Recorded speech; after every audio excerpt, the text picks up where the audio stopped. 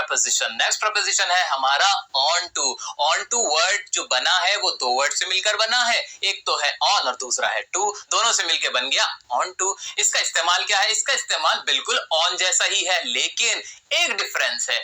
इसमें हम तब ये लगाएंगे जब हम कोई चीज मूवमेंट में आती देखें और वो सरफेस पे आके बैठ जाए, तब हम क्या लगा देंगे? On to. अगर मूवमेंट में नहीं आ रही, पहले से बैठी हुई है किसी सरफेस पे, तो लगा देंगे ऑन। तो यही एक डिफरेंस है ऑन और ऑन टू में। अब एक एग्जांपल देखते हैं। यहाँ पर आपके सामने एक नकली सी बिल्ली है और एक टेबल है। अब जब ये नकली सी बिल्ली यहाँ पे कूद के आएगी, जंप करके आएगी और टेबल पे बैठ जाएगी, तो हम बोलेंगे ऑन टू। हम क्या कहेंगे? The cat jumped on to the table. तो ये तो था एक एग्जाम्पल किसका? ऑन टू का। पहला एग्जाम्पल हमारा ये खत्म होता है। अब इसी से रिलेटेड और एग्जाम्पल्स हम देखते हैं। अगला है हमारा move the books on to the shelf, कि बुक्स को शेल्फ पर रख दो, यानी मूवमेंट से यूं बुक उठाओ, ऐसे ऐसे लेके जाओ और शेल्फ पे रख दो। तो यहाँ भी मूवमेंट हुई और एक सरफेस पे, शेल्फ पे किसको रख दिया गया? बुक्स को रख दिया गया। तो यहाँ पे भी हम क्या लगा देंगे? ऑन टू लगा देंगे, ऑन खाली नहीं लगाएंगे। आइए अगले एग्जाम्पल पे। She climbed on to the roof. वो कहां पे? रूफ पे चढ़ गई। कैसे? क्लाइम करे, उसने क्लाइम किया और रूफ पे गई।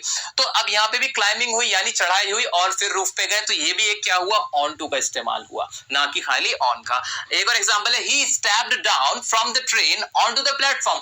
वो प्लेटफॉर्म पे उतर गई ट्रेन से। अब उसने उतरी और फिर प्लेटफॉर्म पे उतरी, यानी वो क्लाइम करके आई, यानी वो मूवमेंट में आई और फिर वहां पे उतरी। तो इसके लिए यहाँ पर क्या आ जाएगा? ऑन टू आ जाएगा। ठीक है, तो ये एग्जांपल थे हमारे इसके पहले यूजेज के, जिसको था कि मूवमेंट दिखाने के लिए हम किसका इस्तेमाल करते हैं? ऑन टू का इस्तेमाल करते हैं। गाइस, इसमें सबसे ज्यादा आप गलती करते हो और कंफ्यूज रहते हो। कंफ्यूज बिल्कुल नहीं होना है। सिंपल सी ट्रिक याद रखो, जब मूवमेंट हो और सरफेस पे आए कोई चीज, तो ऑन टू। मूवमेंट नहीं है, ऑलरेडी है, स्टिल है, शांत है, ठहरी हुई है, तो आएगा सिर्फ ऑन। यही पहला डिफरेंस था।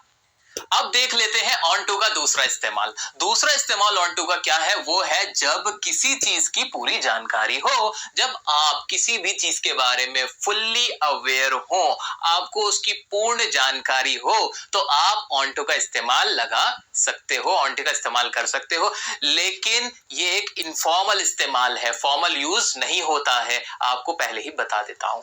अब देख लेते हैं किस तरह से हम इसको यूज करेंगे। कि they knew I was on to their plan। यहाँ पे क्या आया? they knew, उन्हें पता था कि I was on to word लगा दिया। their plan, कि मुझे उनके बारे में, उनके प्लान के बारे में